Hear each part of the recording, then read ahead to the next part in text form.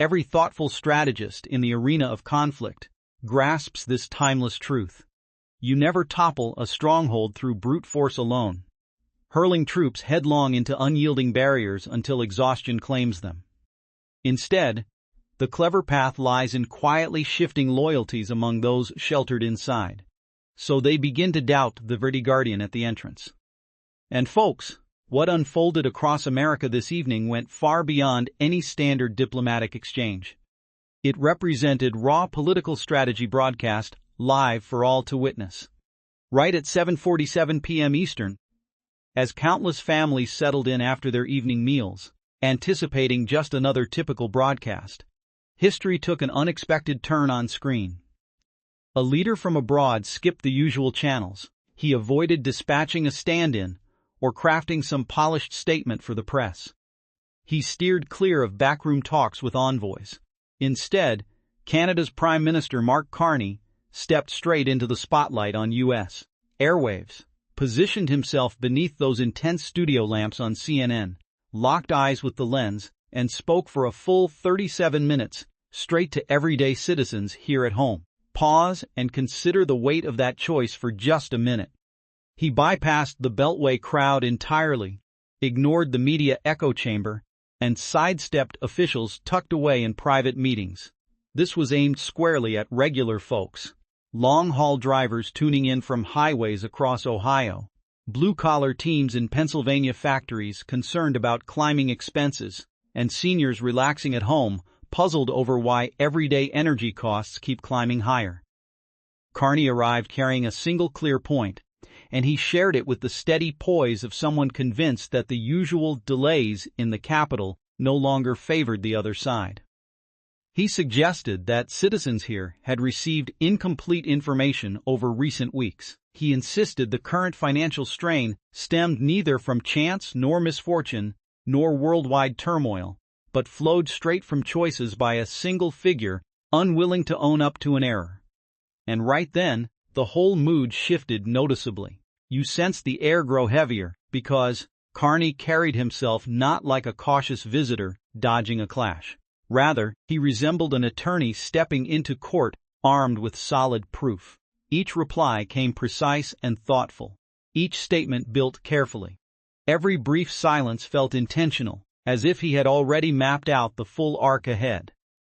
Anderson Cooper posed straightforward queries, yet Carney responded in the manner of a craftsman, assembling a solid foundation, one layer at a time, readying the audience for developments that stretched well past routine policy disputes into truly significant territory. And trust me, the following development marked the turning point where perceptions truly shifted, since only moments afterward, Carney introduced an element that left key figures in the Capitol reportedly stunned. This exact instant ignited the full political upheaval, because the session that began as a standard talk evolved rapidly into a far riskier situation for the administration. Anderson Cooper shifted closer and inquired about that now notorious March 3 discussion between Mark Carney and Donald Trump. The very exchange the team in power had downplayed as merely a brief, ordinary exchange halted by time constraints. It seemed innocent enough on the surface, didn't it? Just typical official phrasing, unremarkable and easy to overlook. But Carney gazed steadily ahead and uttered phrases that altered the feeling inside living rooms nationwide in an instant.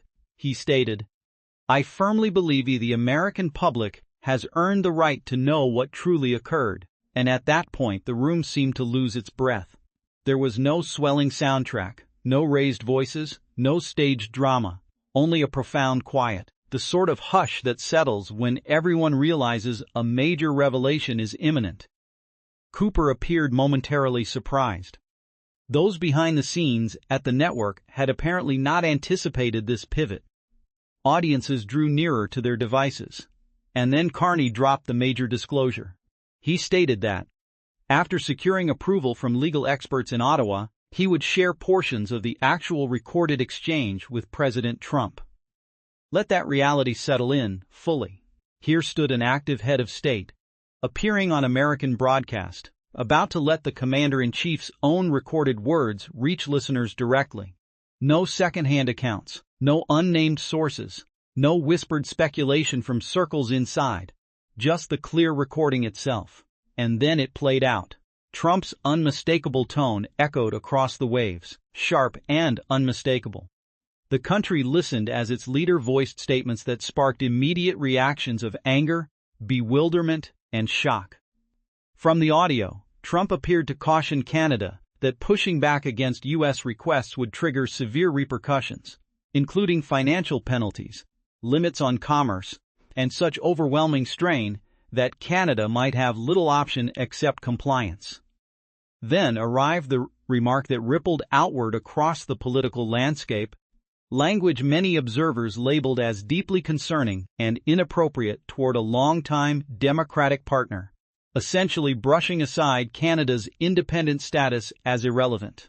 Imagine the impact of hearing those words for families gathered around their televisions. Canada, our nearest neighbor, steadfast defense partner, and long-standing trade companion, addressed almost as if it were expected to follow commands without question. To vast numbers of viewers, this crossed beyond firm bargaining into something more intimate and forceful. And the trickiest element for those in power emerged quickly, as the administration realized it was cornered. Dismissing the recording completely risked credibility. Confirming its accuracy would widen the fallout. Denying it would only breed more inquiries. In either case, control over the narrative slipped away entirely. Yet, if you assume that excerpt represented the decisive blow, prepare yourself for what followed, since Carney had barely begun, and his later points carried the weight of a firm ultimatum directed at the path ahead for the nation. Now arrives the segment where the proceedings moved past mere spectacle and began resembling an urgent countdown. Following the recording's impact nationwide, Mark Carney maintained his resolve without easing up. He refused to retreat or soften. He avoided vague official wording meant to soothe tensions. Instead, he faced American audiences head-on and stated the reality in unmistakable terms. In his view, the cutoff date stood firm, and the outcomes carried genuine weight. March 18th, just 8 days away. That time frame cast a shadow across the discussion like an approaching front. When Anderson Cooper pressed on whether Canada's warnings served only as bargaining tools, Carney replied with unwavering assurance that left many feeling unsettled. No wavering, no awkward chuckles, no sidestepping the issue. He outlined what he termed the next stage of responses, as though reviewing a prepared document already approved and poised for implementation. Halts on energy shipments, reevaluations of key trade pacts, adjustments to joint security efforts, and shifts in financial leverage. The options lined up sequentially, each one building on the last, prompting many households to wonder immediately about personal effects. Would this translate to elevated gas costs, increased power rates, and broader financial instability? Here Carney executed perhaps the most astute element of his appearance. Rather than ignoring potential hardships for citizens south of the border, he addressed them openly. He spoke into the lens and conveyed what few international figures risk telling another nation's residents directly. He noted awareness that continued friction might bring discomfort to many and expressed genuine regret over it. That honesty resonated. In shifting how things appeared, he no longer came across as an opponent. He positioned himself as someone seeking to distinguish the public from the policy disagreement at hand. Then arrived the statement that struck with precision and force. Delivered evenly, without heat or volume, yet with sharp directness. Canada bore no responsibility for sparking this standoff, the president did. Not the nation as a whole, not its citizens, specifically the president. That careful separation carried purpose, and there can be no doubt about its calculated nature. Carney avoided targeting the country itself. He drew a clear boundary separating residents from those in charge, essentially conveying to listeners, "Our issue lies not with you, but with choices made without your direct input." Whether audiences aligned with the view or pushed back, the point was crafted to linger. But the truly unforeseen development came afterward, an action so daring and potentially hazardous that even experienced observers found it hard to process in the moment. Rather than concluding on notes of caution, Carney pivoted to the camera and delivered a surprise few had anticipated. He confronted the American president, openly and on air, and the consequences may have altered the entire dynamic. This shift marked when the exchange ceased resembling standard diplomacy and grew into something substantially more consequential. Instead of continuing with Anderson Cooper, Mark Carney pivoted fully and fixed his gaze on the lens itself, not toward those present in the studio or the interviewer, but directly forward as though addressing a specific viewer on the receiving end. For a fleeting pause, the atmosphere seemed to still completely. Then he addressed the leader by name. "Mr. President," merely those two syllables, yet the entire dynamic transformed. What came afterward avoided any raised volume or emotional outburst. In fact, that restraint amplified its strength. Measured delivery often carries greater impact than heated exchanges. Carney proceeded methodically, presenting details like evidence before a panel, as if the conclusion stood already clear. He noted that both parties understood the private exchanges fully. He maintained that established trade understandings had been overlooked, undue influence exerted, and Canada compelled to protect its position. Whether the audience shared that assessment mattered less than the assured manner of presentation, which lent the exchange undeniable gravity. Next, he detailed Canada's outlined expectations. No exaggerated warnings, no forceful gestures, simply a straightforward enumeration shared with the calm of someone who sensed the balance of power had moved. Lift the tariffs. Honor Canada's right to self-determination. Cease public comments casting doubt on its autonomy. Re-establish mutual confidence. Rebuild partnership on equal footing. And then followed the declaration that left many inside political circles astonished. "I extend an invitation for you to appear alongside me in a live broadcast." One could picture households reacting with surprise. Did he truly just propose a direct public discussion with the president? Indeed, that was precisely the case. Any channel, any neutral facilitator, whenever suitable. No postponements accepted. Carney presented it not as confrontation but as a constructive chance. Should the president stand firmly behind his approach, why hesitate to outline it personally before the electorate? Why avoid justifying the plan openly? Why not engage voters face-to-face and build the argument? Then arrived the element crafted to linger in discussions and coverage. Do you possess the necessary resolve? That reference to resolve carried no coincidence, for in the realm of leadership, image counts heavily, as do displays of firmness and assurance. Carney recognized a vital insight. Those who cultivate an aura of authority rarely wish to appear reluctant under examination. In that instant, the strategic position locked into place. Embrace the offer and face potential exposure in a widely viewed setting. Decline, and observers begin raising pointed concerns. Why decline? What prompts the hesitation? Thus, it unfolded as masterful maneuvering. And regardless of whether observers applauded or criticized the approach, one outcome stood undeniable. Carney had thrust the focus onto the president in a manner seldom risked by global figures. Yet events shortly afterward may have caught even him by surprise. Because within half an hour, the counter came through.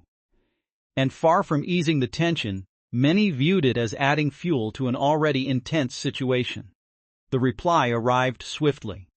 And if Carney had methodically heightened expectations over the course of the broadcast, this development resembled igniting a spark amid ready tinder.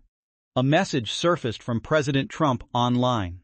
Swift, charged, and straightforward, the type intended to strike forcefully and steer the dialogue. He countered with vigor, set aside Carney's assertions, turned down the proposed discussion, and contended that the full context had been misrepresented. Yet this rapid reply complicated matters further on the political front. Rather than allowing momentum to fade, it intensified everything. Focus moved from the original events to the manner of response. Analysts promptly examined each detail closely. Backers stood firm behind the leader. Those opposed labeled the reply as evasive. Broadcast outlets lit up with analysis. Online platforms surged with activity. And for the many who had devoted nearly 40 minutes to absorbing a composed, well-prepared international voice, addressing them personally, the stark difference fueled additional debate. Certain observers started voicing difficult inquiries. Should the charges lack merit, why avoid addressing them openly? If the position holds solid ground, why not clarify it before the public? Why allow the offer of discussion to remain unanswered? At this stage, the strain on the political landscape grew severe.